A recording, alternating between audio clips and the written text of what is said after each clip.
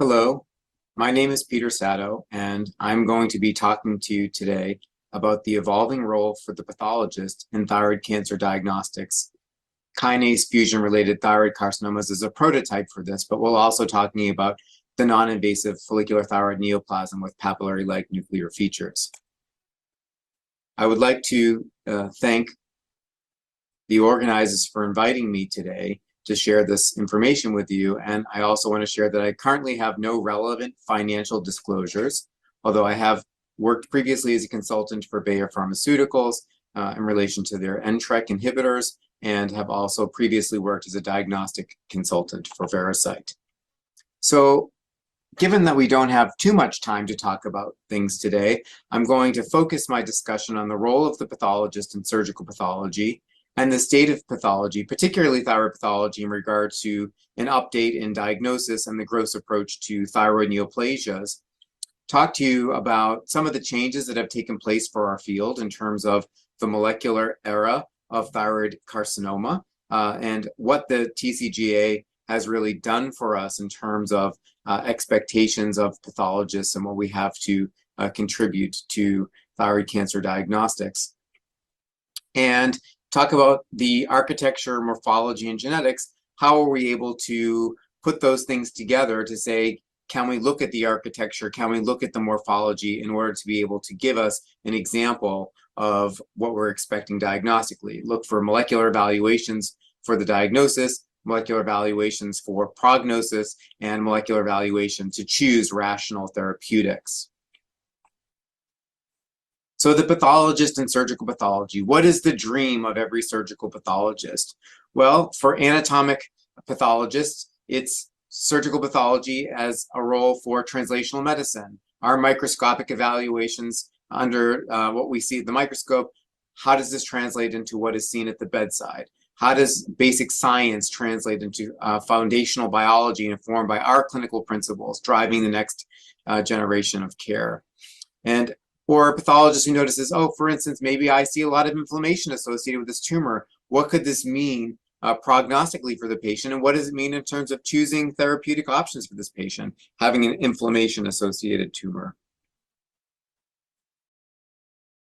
Aspiring pathologists are applicants. We see applicants from residents that say, they like to puzzle solve. They like to talk about the pinks and blues that they see underneath the slide coming alive before them. But really, what does it tell us about the fundamentals of human biology? For academic surgical pathologists, we look for people who share our desire to improve patient care by doing what it is that we enjoy most, which is advancing our practice. So I'm going to talk to you a little bit about the basics, the what of medical science, the diagnosis and the plan. So traditionally for us, it's an H&E, an ancillary test that tell you what the diagnosis is for the biopsy. But what if we actually talked about just doing ancillary tests only? So maybe pathologists become irrelevant and we can just do a blood test and look for molecular changes that are going to determine, hey, with these molecular changes, this particular patient is going to be treated with this particular drug, and we don't care if the patient has thyroid cancer, if the patient has liver cancer or colon cancer. All we care about is the following set of molecular changes. And how is it that we actually communicate with our clinical colleagues when a biopsy is non-diagnostic?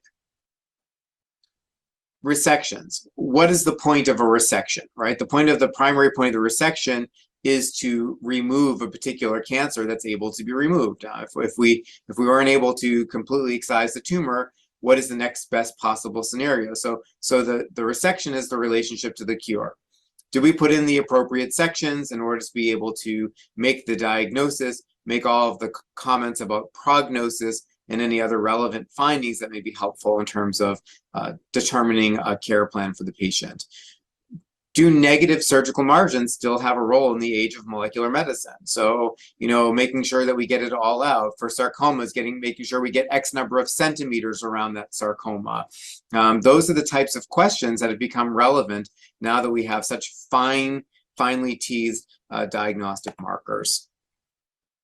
I put up a few historical photos from people that I've worked with previously, trying to understand how this works. So for instance, histologic and immunohistochemical decision-making for endometrial carcinoma.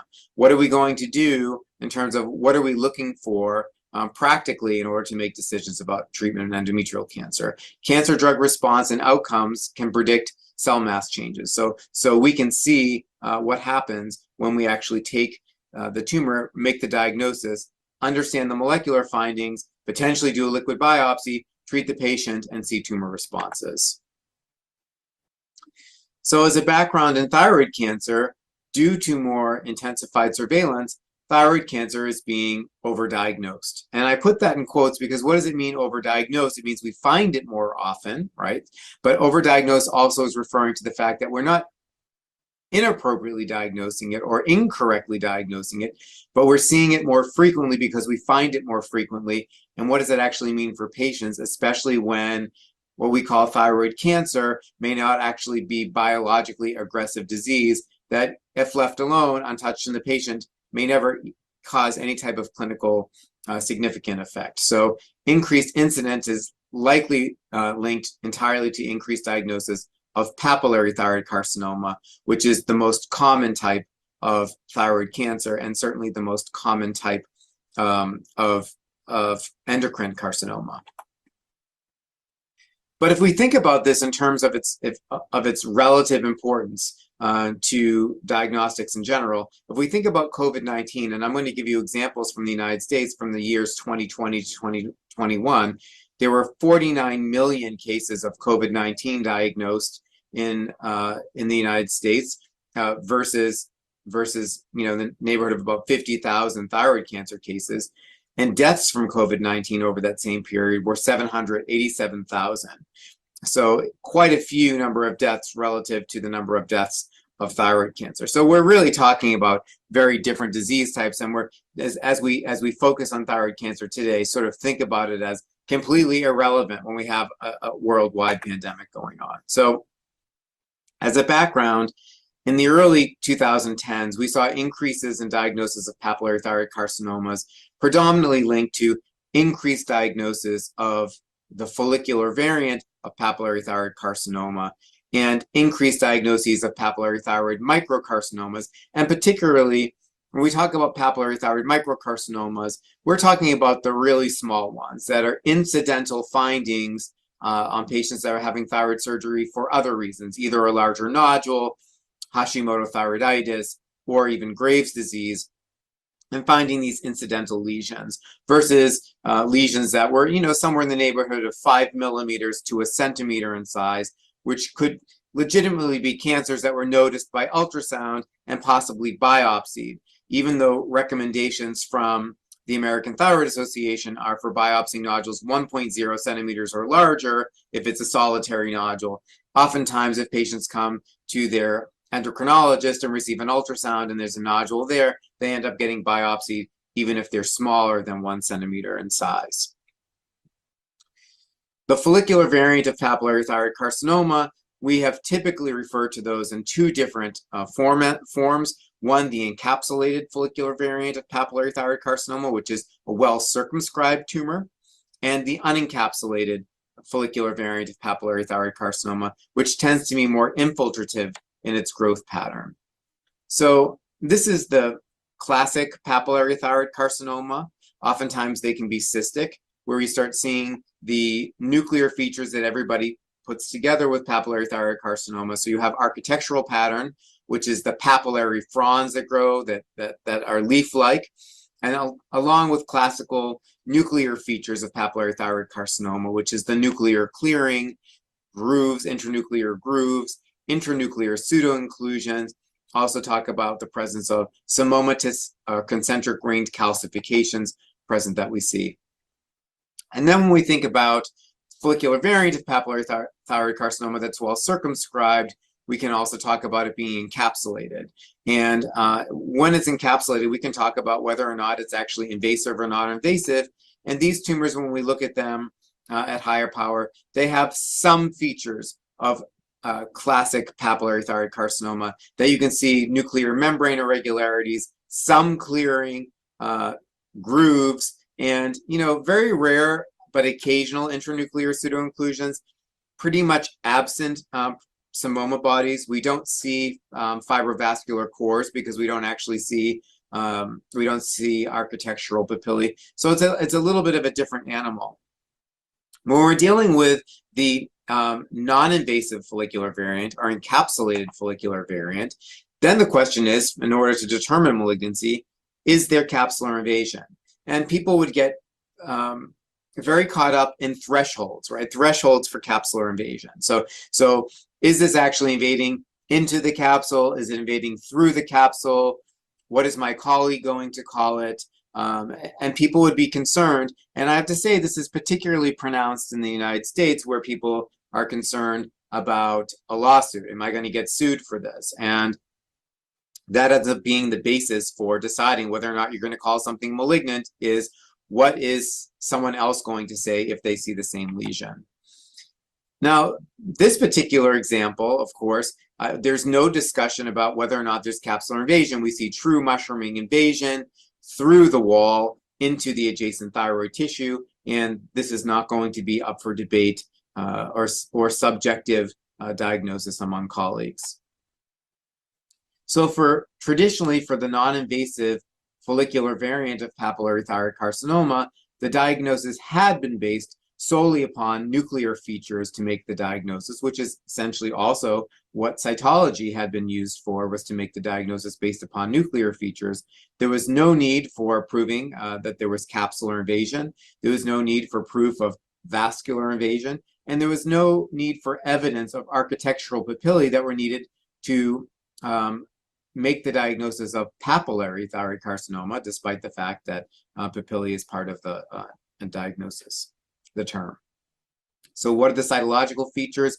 Nuclear clearing, nuclear membrane abnormalities, architectural papillae with fibrovascular cores, Sonoma bodies, nuclear crowding, and sometimes a minor component of squamous metaplasia.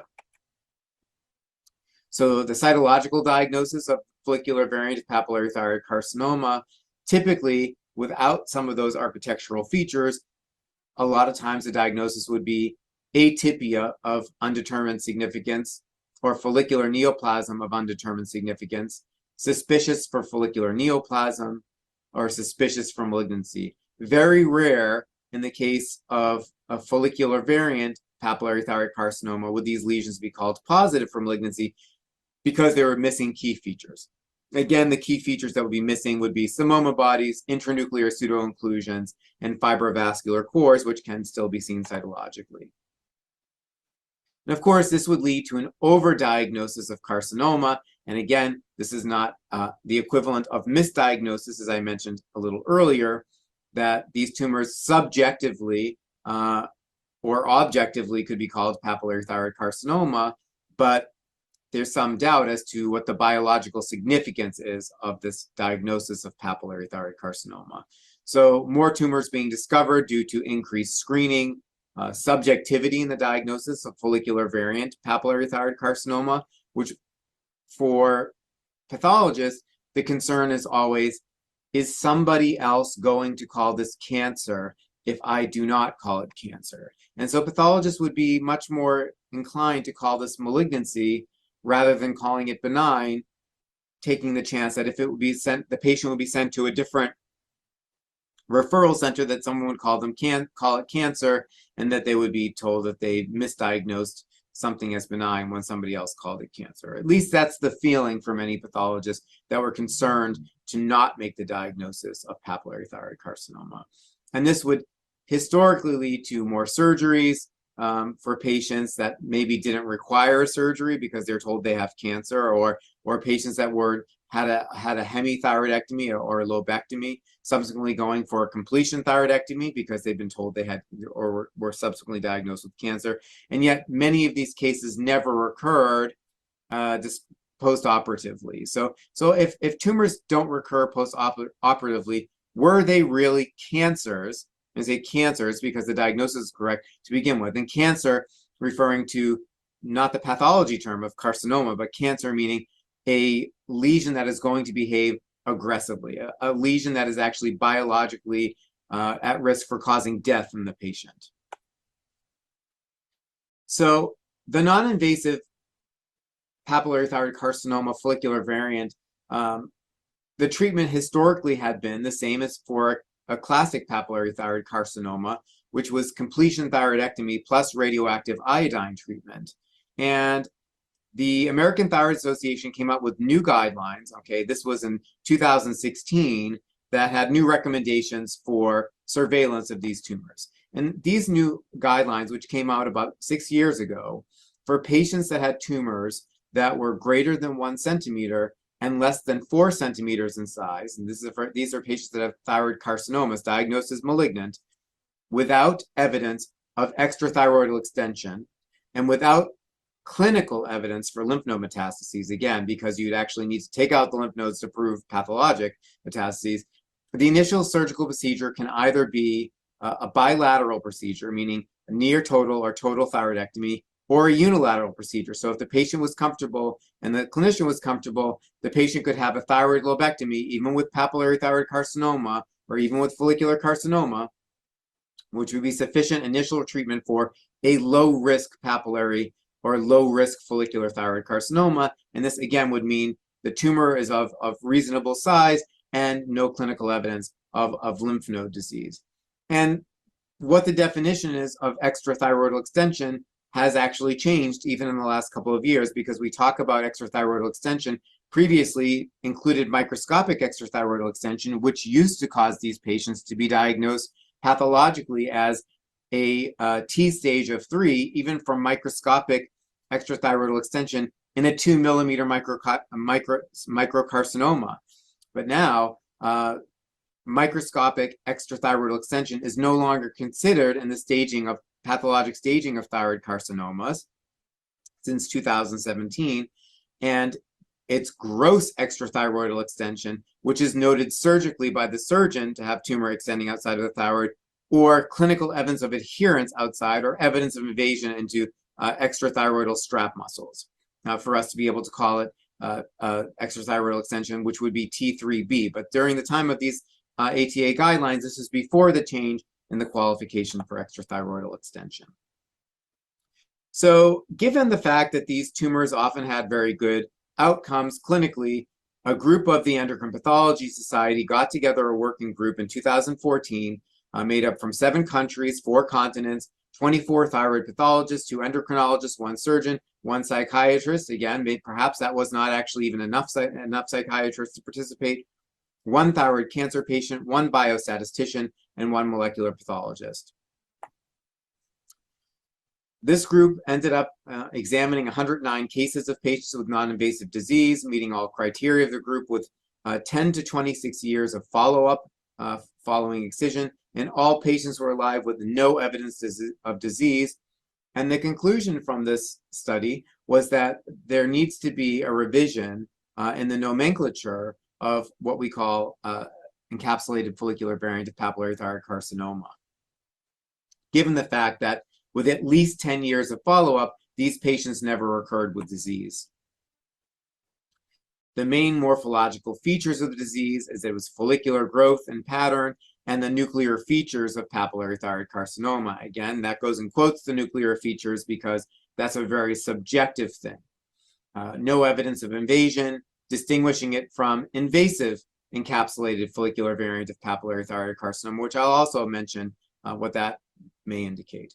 And these tumors have clonal origin with a driver mutation, indicating that the lesion, of course, is indeed neoplastic.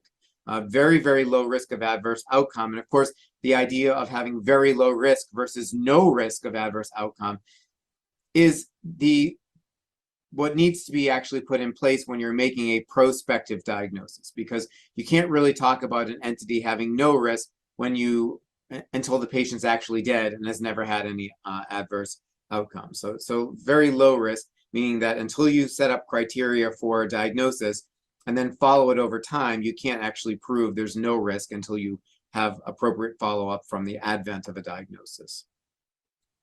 So participants in these studies from the Endocrine Pathology Society had agreed set upon criteria for nuclear features, and this score ranged from 0 to 9, degree of nuclear features of papillary thyroid carcinoma.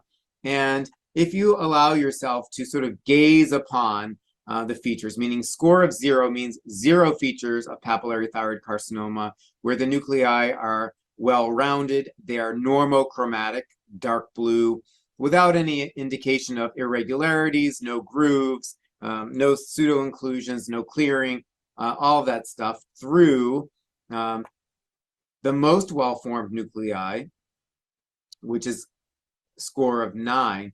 And if you actually, just on this page from 5 to 9, and allow your eyes to toggle back and forth between 5 and 6, 7 and 8, 9 and 5, you'll see that it's really almost impossible to make this judgment. So if you know, every time you're looking at a case of papillary thyroid carcinoma, you're not looking at it in relationship to this made-up scale of degrees of well-developed nuclear features to be able to say, is mine a 5, a 6, a 3, or a 1? It's really quite impossible to put them in these particular categories, even though these were set up, you know, based on some people getting together and saying, okay, these are the numbers. And so what that does set up for is this new wastebasket diagnosis, and the nuclear scoring system was set up for consistency. But the point being is that, you know, for nuclear features, you either have them or you don't have them. So essentially, if you are, you know, in this particular case, if you look at score 0 and score 1, it's really almost impossible to tell the difference. But is the situation is, are there some nuclear features present or not? Yes or no, 0 or 1. And that would allow you to sort of put it in this area. So nuclear scoring system was set up for consistency, and the results concluded that a range of nuclear scores would deem a lesion benign or NIFTP versus minimally invasive encapsulated follicular variant of papillary thyroid carcinoma. And you can think about it that NIFTP is a follicular adenoma with nuclear irregularities. So it's not validated broadly, so that currently still designated as low biological potential versus no biological potential, but very, very few outcome studies have been published. So NIFTP requires no additional surgery. The original idea was that this would drive more lobectomies, but this is actually unclear now that the American Thyroid Association has changed its guidelines to include more of an active surveillance picture with low-risk cancers that are well-differentiated thyroid carcinomas. And the new Bethesda system was released in October of 2017, now 5 years ago. They're working on the most recent, the next edition that's coming out that had no changes. So what does it actually mean with no changes for the Bethesda criteria, including NIFTP? It means that the risk of malignancy now, the percentage of malignancy, would now be left shifted, whereas less tumors would be considered to be malignant when you start making fewer diagnoses of encapsulated follicular variant, although the classifications of atypia would remain the same. But fewer of them would actually be in the positive for malignancy once they actually come out. So because of the fact that NIFTP exists, the risk of people saying something is suspicious or positive for malignancy would move more toward the left, and you'd start seeing more tumors being put in the atypical categories or suspicious for follicular neoplasm category. But the submission guidelines or the criteria would stay the same. Then we talk about the original tissue submission guidelines, which are similar for solitary nodules. An invasion would remove from the NIFTP category, and it becomes invasive encapsulated follicular variant of papillary thyroid carcinoma. And the classification, of course, of these tumors is molecular driven. So encapsulated follicular variant of papillary thyroid carcinoma have RAS-like mutations, which means that when these tumors are behaving poorly, they don't metastasize to lymph nodes, but metastasize broadly to lung, bone, brain. And the infiltrative follicular variant of papillary thyroid carcinoma, those that you don't see well-circumscribed lesion, but you actually see broad infiltration without a capsule into the surrounding thyroid, those actually tend to be more likely to have BRAF V600E mutations. And we're going to talk about this again when we start talking about some of the fusions. And this was all derived from the Cancer Genome Atlas, which showed tumors to have, which was published in Cell in 2014, and showed tumors, papillary thyroid carcinomas, to really have two patterns of behavior: those that were RAS-like and those that were BRAF-like. So NIFTP and the encapsulated follicular variant of papillary thyroid carcinoma is the malignant evolution of NIFTP, which really is akin to the minimally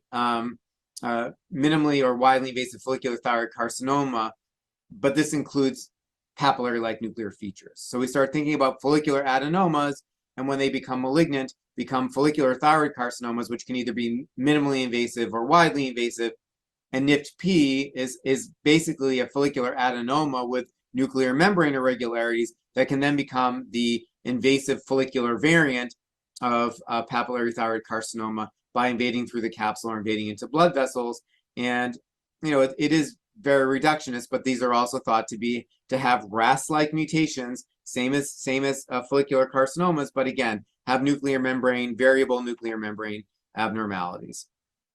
NIFTP does not require a capsule, so it just is a lesion that's well circumscribed. It has papillary-like nuclear features, and how does one assess the capsule if there is no capsule? And so we sort of replace capsule with tumor to normal parenchymal interface. And how do you actually adequately sample this? Well, the same way you would sample the capsule if you're assessing a solitary lesion for capsular invasion in the adenoma versus follicular thyroid carcinoma. And of course, it's advised that the entire capsule be submitted.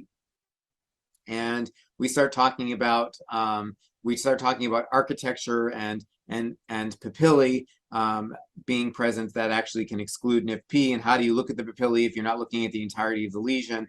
And that's somewhat of an issue. But when we're talking about tumor capsule, although the current trend is for the entire capsule to be submitted without respect to tumor size, this is really subject to your practices wherever you work.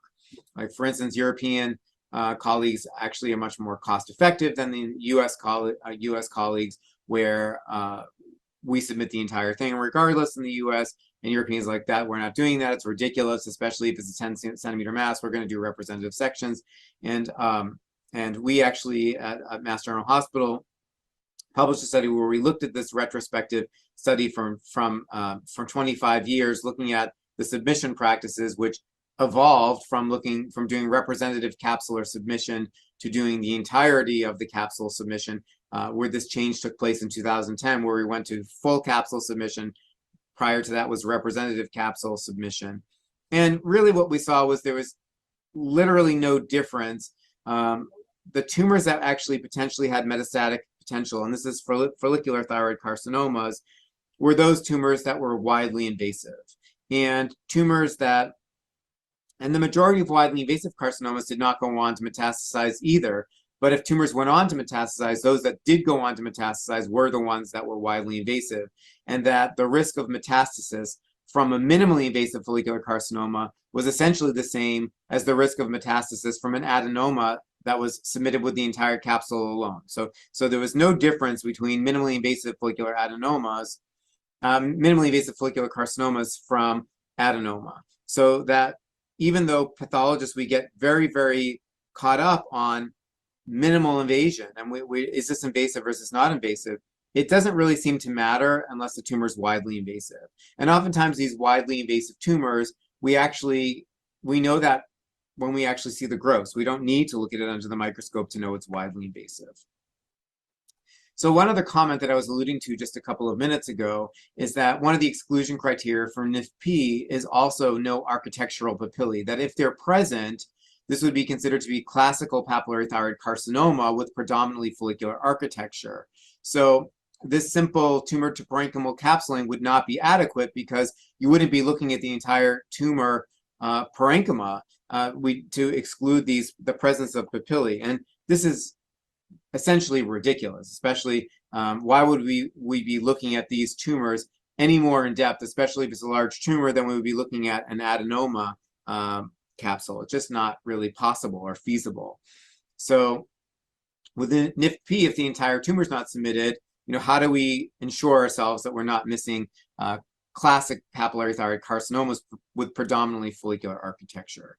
And we've been using BRAF-VE as a surrogate for looking at this thing. So now BRAF-VE is a monoclonal antibody, which is concordant with the BRAF V600E mutation.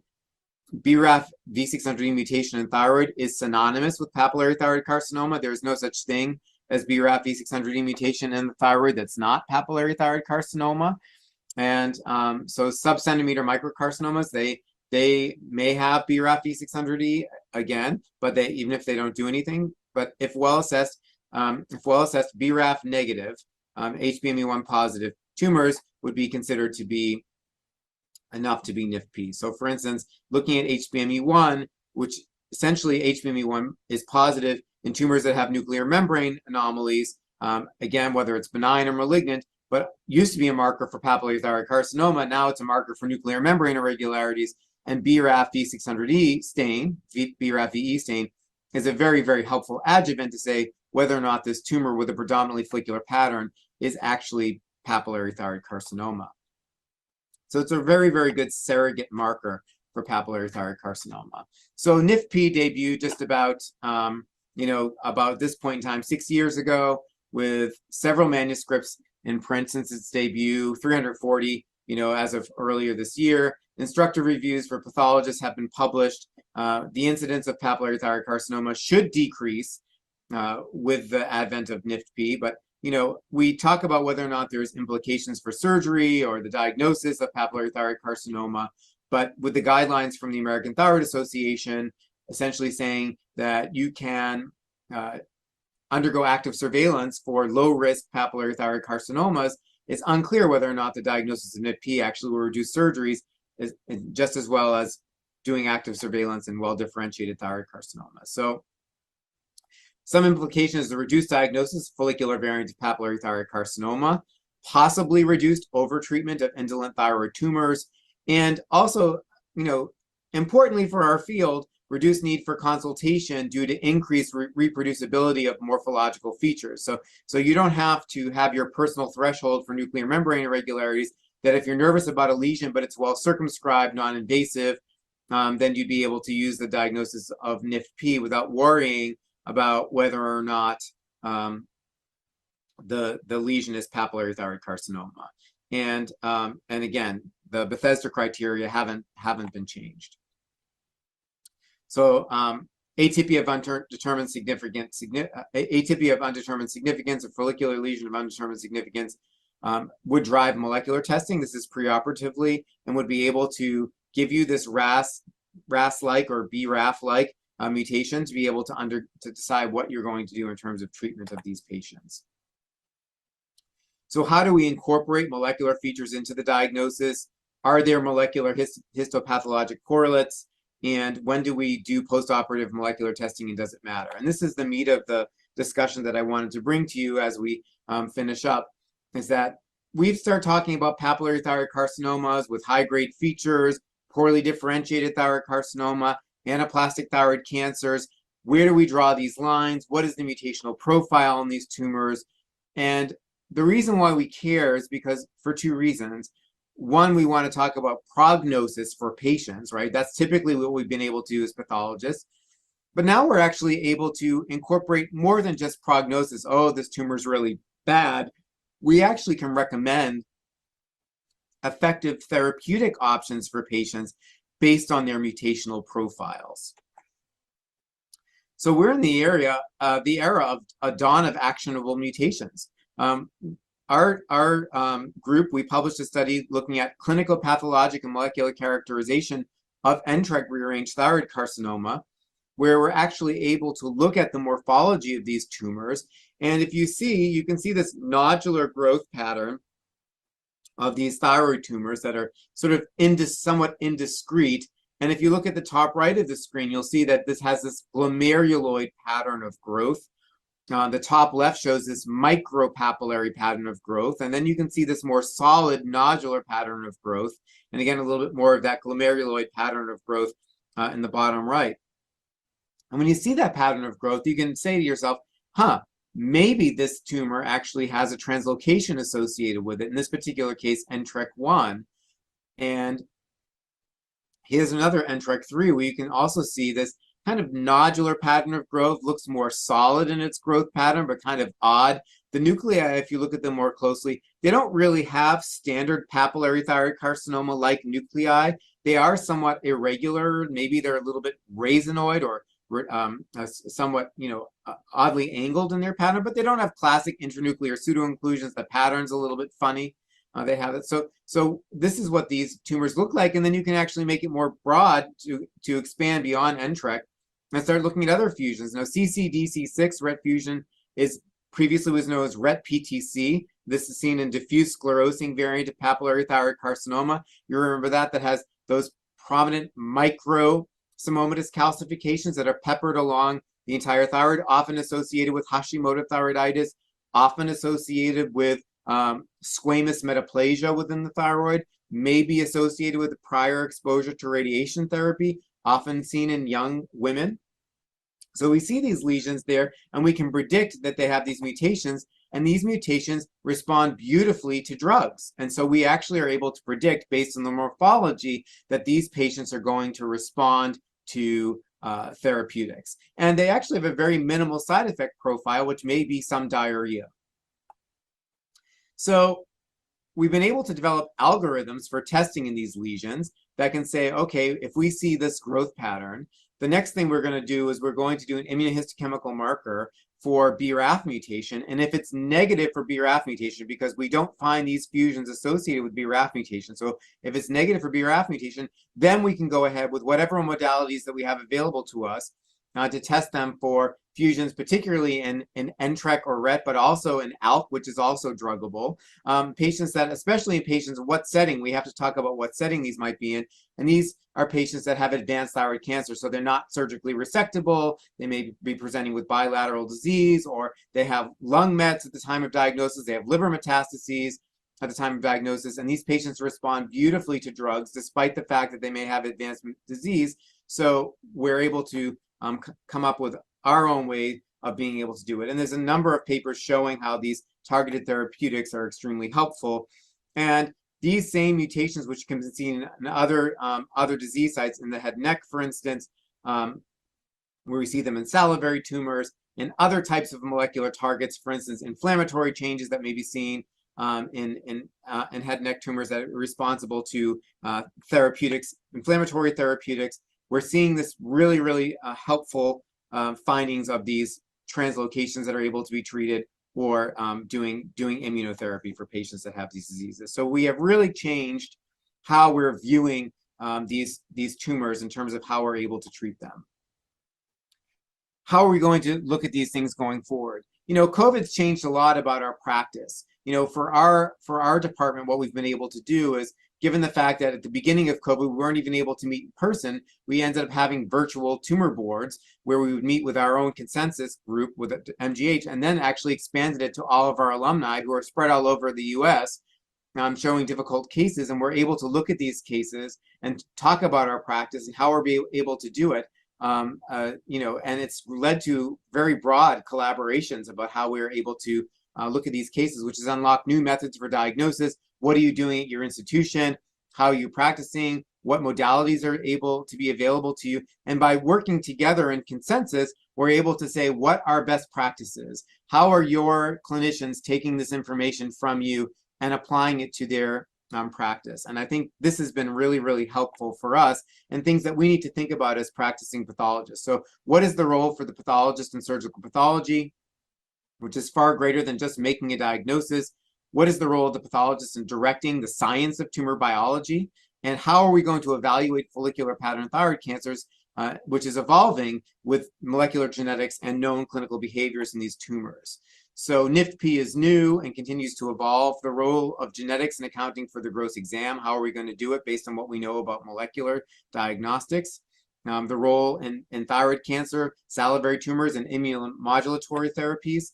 And as we've moved forward in a molecular era closer toward integrated diagnostics, we must have more rational diagnostics. We have to integrate prognostic information, clinical next steps for therapeutics, and move our pathology consultative practice to the next level. So I thank you so much for your attention, and I hope you're enjoying these lectures. Thank you for allowing me to participate. And we'll stop and allow you to move to the next lecturer.